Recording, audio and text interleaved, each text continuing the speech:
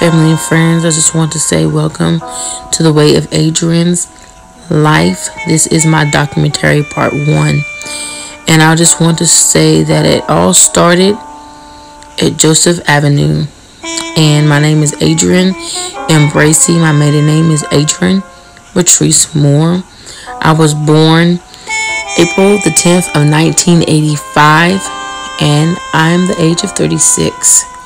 So I'm just starting out with this documentary to let you guys know that the beginning of this documentary is about where I lived at, which was Joseph Avenue of 109, Joseph Avenue in Wilmington, West Virginia. It was an apartment building, and I was the age of 3. And this is when my innocence was taken away from me. But before I start this documentary, I just want you guys to know that please, man, woman, or your children, please be safe. And you cannot trust anybody out here in the world.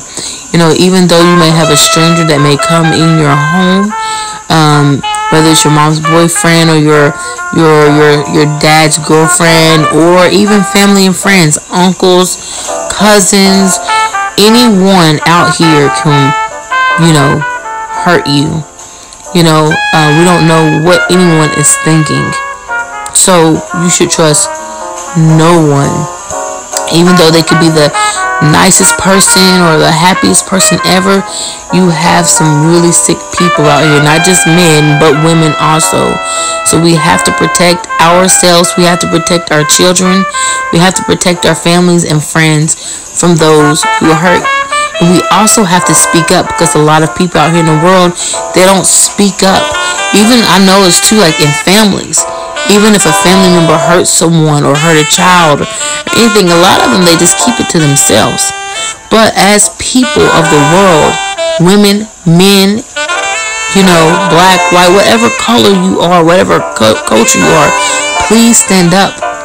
So I just want to start out this documentary that, I started out in Joseph Avenue. I remember at the age of 3, I can remember vividly, me and my brother was looking out the window.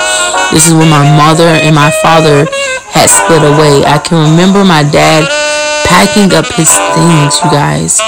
And he was packing them in the car. And he was looking at us, and we were looking back at him. And we were waving.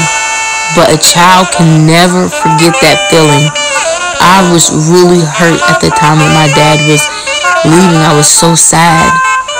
But little did I know what was coming is that we had a visitor, maybe 2 or 3 days, maybe a week from there. I remember my mother had a visitor, and I guess it was her boyfriend. It was the white man that came, you guys. He came knocking at the door. Before you know it, he came and he was living with us. But little did I know that the devil was in disguise living with us, because this white man, he took my innocence. I can truly remember that. But before I get into all of that, let me tell you a little bit about my childhood, as I was a child living in Joseph Avenue, you guys. I truly remember hanging out with my cousins and really having fun with them. One of my favorite toys, excuse my wheezing in the background, but one of my favorite toys was my Big Bird bike from Sesame Street. I can kind of remember that my brother, of course, he knew how to light matches at the time, but I had no clue about matches. And I know the porch that we lived in at this apartment complex was pretty big for me to, ride my Big Bird bike. But I was minding my own business, and I remember my mom vividly yelling at me, and I go running in. I didn't know what was going on, and the mattress was set on fire. So her neighbor and her had to put it out. But I remember vividly that he blamed it on me, but we end up both of us getting disciplined. But little you know, you guys, maybe later down the story, I got him back. Maybe wasn't getting attentions, but I did get him back. But other than that, you know, you guys, hanging out with my cousins and playing and all those things, we did have fun. But when this gentleman came and took place, came into our home and lived with us, I didn't know that my innocence was going to be taken away. But of course, I remember one night I was hurting, I was moaning, I was crying in my sleep. I was hurting. I was only 3 years old. I didn't know, but I woke up and I seen red. You guys, as you know, you can notice what happened to me. I was whimpering and I did not know what to do. But I know the man that was hurting me was the white man, my mother's boyfriend. But, you know, when I say my innocence was taken away, I was supposed to save myself for my husband as I got older. But that was stolen from me, you guys. So then I began to truly growing up so fast and really realizing things that will happen in your lifetime. So you guys, the reason I'm doing this documentary is to like lift those who was out there, who may have been hurt as a child, don't know what age, that, you know, you have to overcome this situation, you know, decide in your life, or if you're going to hang on to this pain or get over it. You know, we can forgive, but we'll never forget. But this is just a little bit part of the documentary that I wanted to start. But I just wanted to encourage these people out here to please watch your children. You know, just like me, you know, I was hurt as a child at the age of 3 all the way up to the age of 6. But I will go into more detail later. But this is the first part. All this started at Joseph Avenue. And from there on, so much more had happened here in Joseph Avenue. I can truly remember as well as I was playing in the living room. And there's this big stuffed doll, and you know, you guys, people may think that they're playing with your children, but I can remember when I was running behind this gentleman, this white man, my mother's boyfriend. He did something that he acted like he was playing with me, but he wasn't. So there too, you guys, you have to be very careful. Watch your children, you know, teens, toddlers, babies.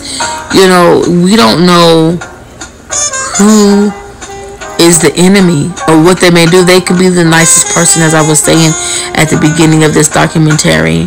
So, you know, you guys, please, you know, I know you don't want to hear this, or some people may not want to hear this story, but this is going to help someone else. And then truly, please speak up if you know someone is getting hurt. All this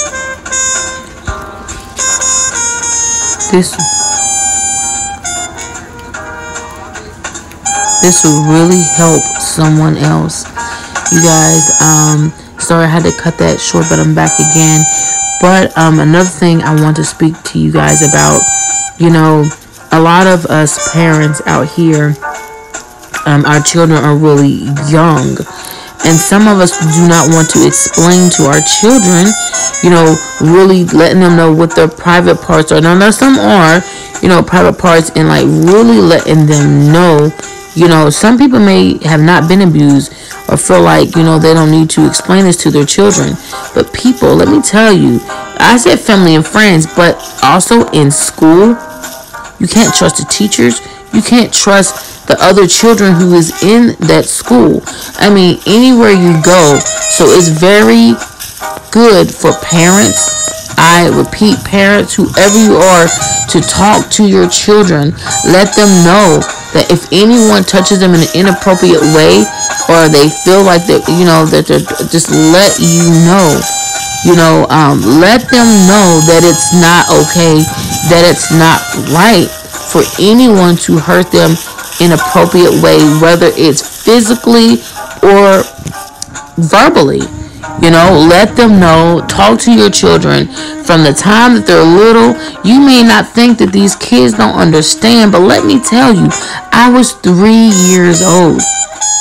3. And I did not speak up for myself because I was scared. I was threatened.